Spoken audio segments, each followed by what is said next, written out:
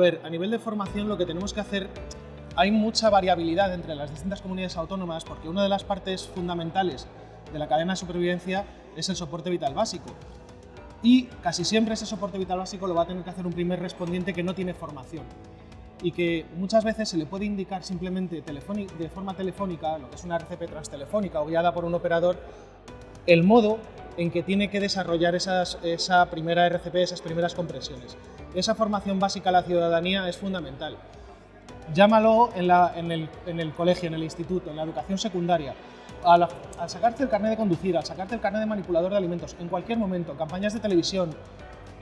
De hecho, nosotros desde el Consejo también participamos en el Día Mundial, que inicialmente era el Día Europeo, el 16 de octubre, ahora es el Día Mundial, de concienciación de la parada cardíaca.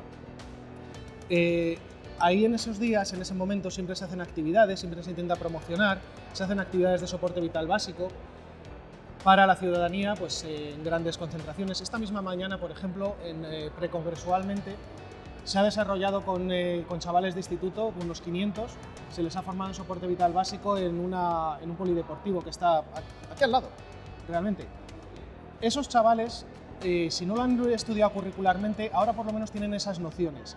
Si conseguimos que de esos 500 personas lo transmitan, sean capaces de implicar a sus familias, a sus amistades, a sus conocidos en la importancia que tiene la cadena de la supervivencia, es más posible que si ocurre una desgracia, que Dios no lo quiera, pero puede ocurrir, pues que esa persona sepa qué hacer, sepa responder y sepa comenzar un proceso que de no iniciarse esa persona va a fallecer sí o sí.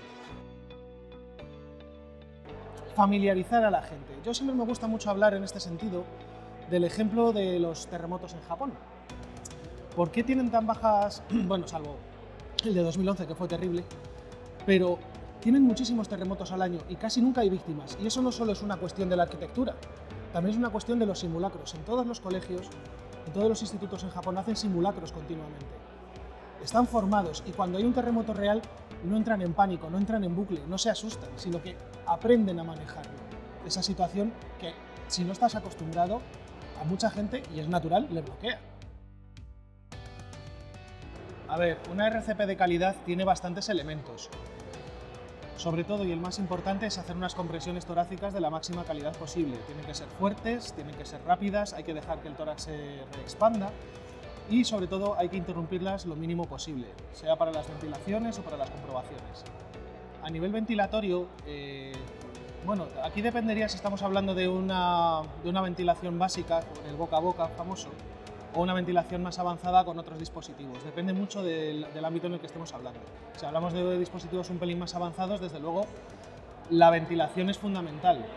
Y los dispositivos avanzados no tenemos ese problema que puede haber, por ejemplo, en la ventilación en lo que respecta al boca a boca que puede hacer una persona lega o que se encuentra sin medios en soporte vital básico puro. Si hablamos, en cambio, de dispositivos avanzados, cuanto más pediátrica, más prolongada y más respiratoria sea la parada, más fundamental, más esencial es disponer de buenos elementos de ventilación. Efectivamente, no es imprescindible que sea una simulación de muy alta fidelidad cuando hablamos de soporte vital básico. En la avanzada, cuando ya estamos hablando de formar a profesionales sanitarios, sobre todo a médicos de emergencias o de intensivos, de anestesia, de unidades donde realmente el paciente crítico puede tener una complejidad importante, ahí la simulación sí que tiene que ser una simulación de más alta calidad, una simulación más avanzada, pero una simulación de baja fidelidad es perfectamente válida a la hora de enseñar a la población, a la ciudadanía, el soporte vital básico, que como digo, es muy sencillo, con muy poquitas horas lo puedes hacer. Tenemos legislaciones que exigen, legislaciones autonómicas que exigen unas formaciones muy largas para que la gente pueda utilizar un DEA. Cuando un desfibrilador, un DEA, está absolutamente constatado que es un dispositivo absolutamente seguro, que no hay forma de lesionar a una persona usando un DEA, pero sí de lesionarla no usándolo. Quizá le hemos dado un punto más de complejidad a algo que debería ser fundamentalmente sencillo.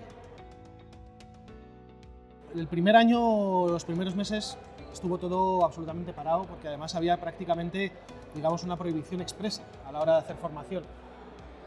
Luego tuvimos que irlo recuperando poco a poco, que si lavado de manos, que si todos con mascarilla, que si grupos estancos, grupos burbuja que no entraran en contacto unos con otros. O sea, a nivel logístico supuso cierta complejidad. Luego eso se ha ido relajando, se ha ido generalizando. Estamos otra vez en cifras de formación bastante buenas. No llegando a la prepandemia, pero estamos progresando. Pero sí que han cambiado cosas. En el sentido, por ejemplo, de que en muchos cursos que yo he visto, que yo he dado, que yo he constatado, se hacía ventilación boca a boca, donde pues, apenas con una mascarilla de un solo uso antibacteriano, con filtro antibacteriano, no antivírico, pues todo el mundo ventilaba el maniquí, o incluso con un poco de alcohol limpiando, también eso lo he visto. Eso ya no se hace.